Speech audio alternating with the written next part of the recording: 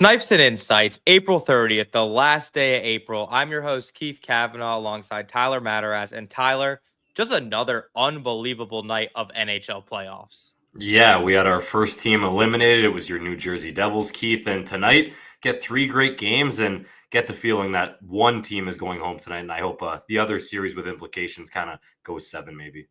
Yeah, the Devils, as you mentioned, the first team eliminated last night. They squandered a 3-0 lead. They got out to a hot start against the Hurricanes, and then one by one, the Hurricanes clawed back. Double overtime winner. We have Sebastian Aho with the game winner. I told Seth not to get the video, but I think he got it anyway. So let's see this stupid overtime winner right here. The Devils actually had a great penalty kill. It was a 4-minute double minor on Dawson Mercer. Jacob Markstrom almost killed, I think, Nico Hischier. Then he almost killed Simone Nemec after this. He wanted to throw that stick as far as he possibly could, which was unbelievable. Here we go. Almost killed Nemec. Like he just that he hesitated right there. Yeah, it was a tough one last night. But yeah, if we want to show the Mercer penalty too, do you think this was a penalty right here? He had a follow through on a pass, and then it just drilled Kotkaniemi in the face. Yeah, I would have called that a penalty. The follow-throughs are more for shots in the rule book, so this is kind of just a bank pass off the board. So unfortunately for Dawson Mercer, it was a penalty. And you mentioned the Devils' penalty kill looked pretty good, but all of a sudden when Ghost just puts one on the tee for Sebastian Aho, it's obviously hard to go right to left quick enough, and Markstrom couldn't. And if he did throw that stick, yeah, Hischier or Nemec or whoever was done, but I feel like he mostly wanted just to throw that stick or maybe try to decapitate Svechnikov because of what they had going on in the series. So maybe he just wanted to like cross-check or slash him, but obviously the frustrations came out after Markstrom, I thought, played a pretty good game. He was unbelievable. Seth, if we can get that money puck graphic going up too. I mean, the Devils basically flatlined after like 35 minutes. They generated almost no expected goals from the 30-minute mark on throughout the rest of the game, whereas the Hurricanes just kept grinding and grinding and grinding. If we look at both overtimes combined, the shots on goal were 19-4. So the Devils basically were generating absolutely no offense in the 2 overtime periods. Like we mentioned, Jacob Markstrom had a great effort. And then Brian Dumoulin, and a guy they acquired, at the trade deadline for a second-round pick, someone they thought, oh, I don't know how this guy's going to fit in. He had the most minutes last night, 37 minutes. He played really well. We'll see if the Devils try to re-sign him in the offseason. He is a free agent when looking at PuckPedia's contracts. So we'll see how they react there and what other moves they're going to make in the offseason. But we got our first elimination. Unfortunately for you, we did not get our second elimination last night. And I'll let you take the floor here. What did you think of the Toronto Maple Leafs game? A 4-0 loss at home in Game 5. Yeah, to get shut out on home ice when a lot of those Maple Leafs fans are spending a heck of a lot of money to go down to Scotiabank Arena, that was a rough one for Leafs fans. But you know what? I thought the Leafs actually played a decent game, but the problem is their fourth line was the best line all game. It was Yarncroke, it was Lawton, it was Steven Lorentz, just absolutely dominating shifts, getting in on the forecheck. And then their third line with Pacioretty and Domi was just terrible. Bobby McMahon wasn't good. And obviously the big boys, the core four, as they like to say, were just not great. Like Austin Matthews missed the 2-on-1, just shot wide.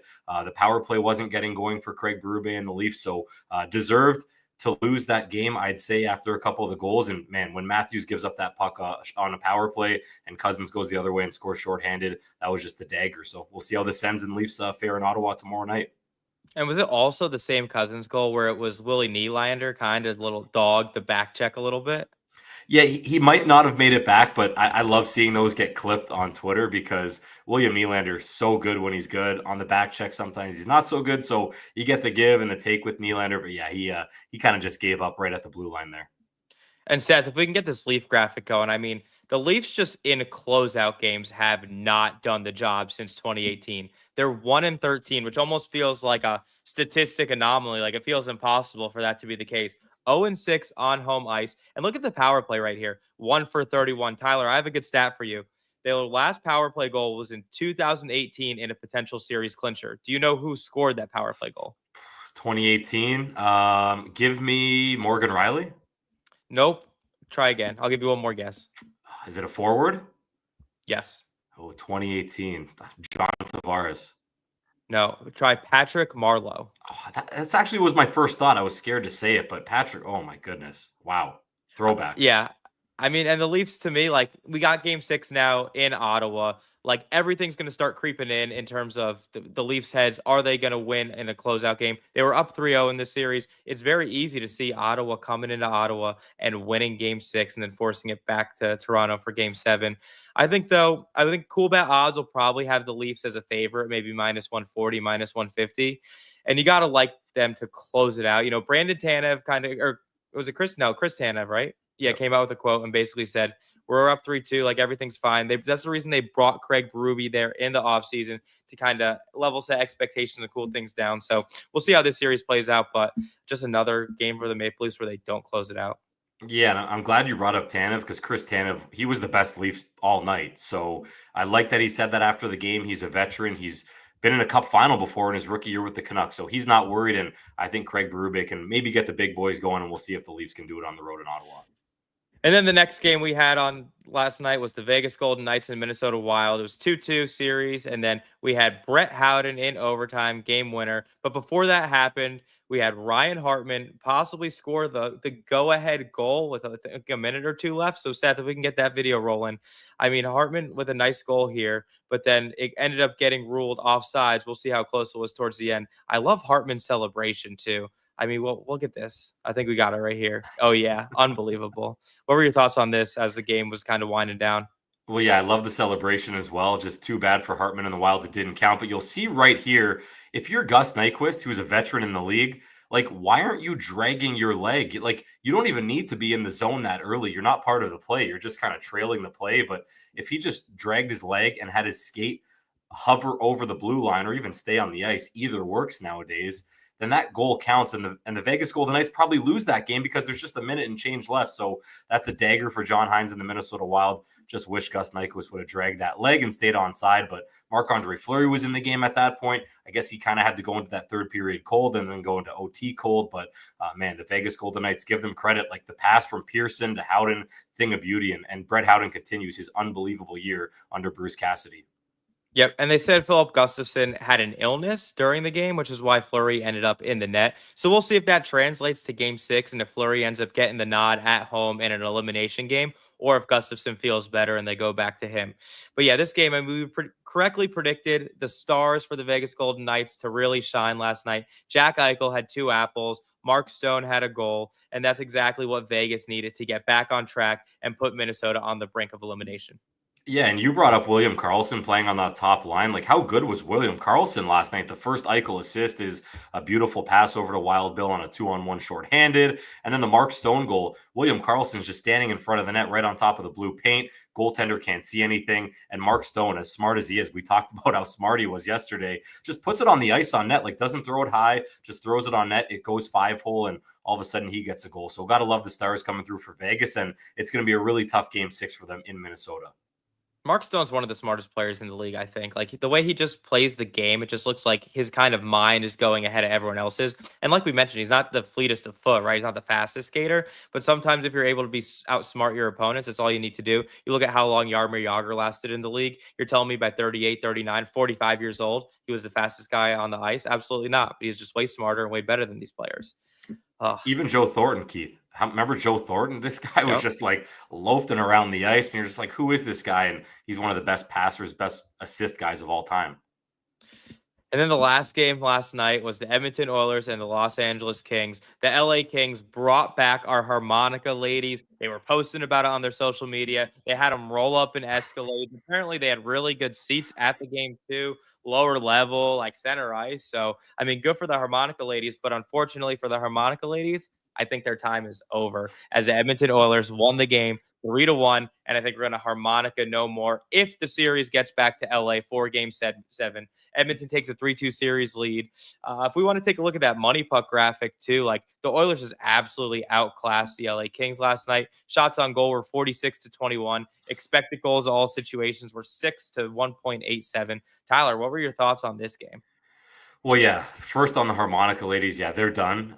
They were undefeated with them. That now they've lost. Where the Kings didn't even show up. Like all of a sudden in the first period, the Oilers on the road and like the toughest barn to play in the league this year, the Oilers just had the foot on the gas. I think the shots in the first period were like 19-4. The LA Kings did not start on time, and then it happened again in the second period. Then in the third, they tried to get back into it. But like, how about Victor Arvidsson, the former King, like the goal that turned out to be the GWG, just like putting a light shot on net for a rebound, perfect play. Janmark there to put in his second goal of the playoffs. That guy had 2 goals all season in pretty much a full year. So gotta love Janmark coming through in the clutch. And like when the big boys aren't playing well, the Oilers need their depth pieces to do that. They got it on the road, and they have a big chance to win 4 straight games and take this series home on home ice.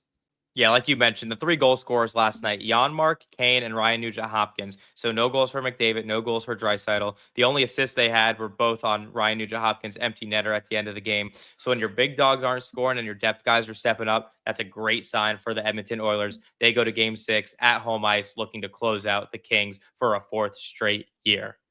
Let's move it on to tonight's games. We have a couple games up for elimination. We have the Washington Capitals and the Montreal Canadiens. The series is 3-1 in favor of Washington. If you want to take a look at the lineups and the odds for tonight, Washington's a pretty big favorite, minus 182 on the money line.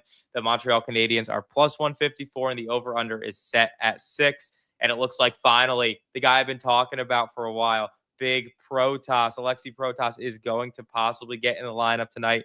He was a regular skater at morning skate, and Radish was doing the extra work after, which Protas was not. It looks like he might slide in on the 4th line. We'll see if he ends up getting up with the big dogs, Ovechkin and Strome, where he was for much of the season. But that is a good development for the Washington Capitals. Defense core looks the same. Logan Thompson still in goal. On the flip side for Montreal, still no Patrick Laine in the lineup. Dobish is getting a 2nd straight start. It looks like Montembeault, I've heard some things where he might not actually be good for the rest of the playoffs. So we'll see if any of that kind of comes out as if Montreal were to get eliminated. But any thoughts on this lineup combo or series so far?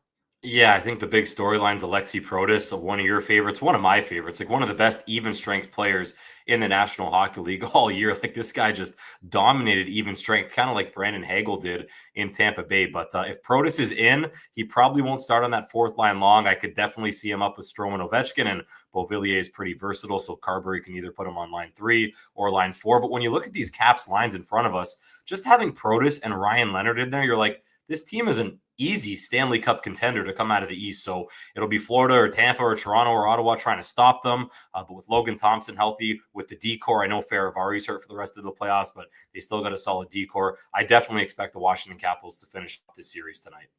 And to me, the one player on the Washington Capitals who stuck out so far is Dylan Strome, their top line center who plays with Ovechkin all season long. He already has 7 points in the series through 4 games. If we could take a look at that contract, Seth, I mean, look at this deal. It's a 5x5 deal. He's only making $5 million per year as a top line center. He's producing over a point per game in the regular season. And now, obviously, he's continuing that into the playoffs. The Chicago Blackhawks decided not to give this guy a qualifying offer a couple years ago. That would have been for $3.6 million. Imagine Strome and Bedard going 1-2 down your middle of the ice. But alas, the Washington Capitals scooped him up. And man, what a steal this looks like for them.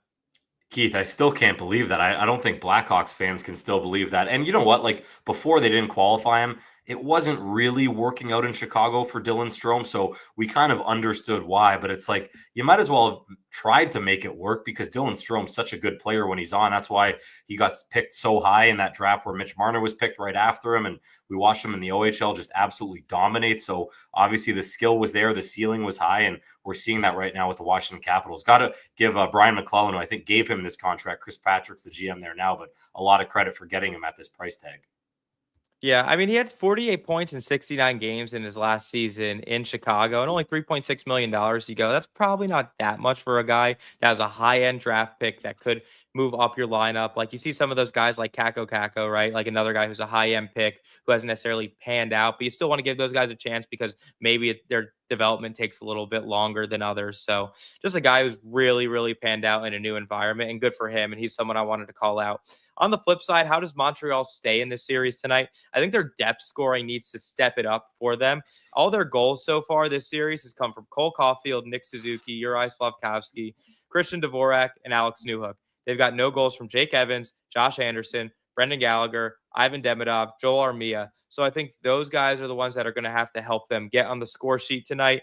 And then also, I just want to give a shout out to Caden Gooley. He's been absolutely incredible this series. He had a scary injury during the regular season, got a cut, missed a good amount of games, but has come back into this series. He's played with Hudson on that second pairing. He has the most 5v5 minutes of any Canadian skater this series, over 81 minutes. And I think he's going to be a real good defenseman for a long time in this league. Yeah, he's really good. The unfortunate part is after the cut this year, he's had a bunch of injuries so far in his young career. So you just hope that Caden Gooley can stay healthy, and pairing him with Lane Hudson is almost perfect for Martin St. Louis. But the guys you mentioned, specifically Josh Anderson, Keith, and specifically Brendan Gallagher, who both had great years. Like Brendan Gallagher turned down the clock. He didn't have a hand injury, which he usually does, but like one of those guys has to step up tonight. I don't think it's going to be a young Ivan Demidov. Maybe Jake Evans does something, but like, as you say, the depth needs to be there for Martin St. Louis if the Montreal Canadiens want to stay in this series. So it's a big game for those guys. It's a big game for Jakub Dobeš. I'm excited for this one, but I still think the Washington Capitals finish this thing in DC. I tend to think so too. And let's switch it into gear into the next game of the evening. The one I'm obviously most excited about, the one I think a lot of people are most excited about. It's the Battle of Florida. Let's get the lineups and the odds going for this one. We got the Panthers as a minus 105 on the money line. We got the Tampa Bay Lightning as slight favorites at minus 111. Over-under is set at 5.5.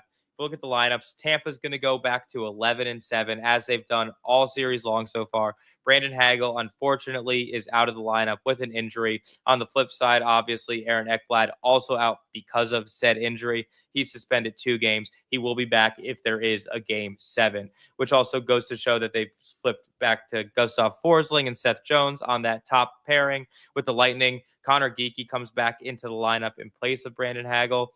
Tyler, what kind of fireworks are we going to see tonight?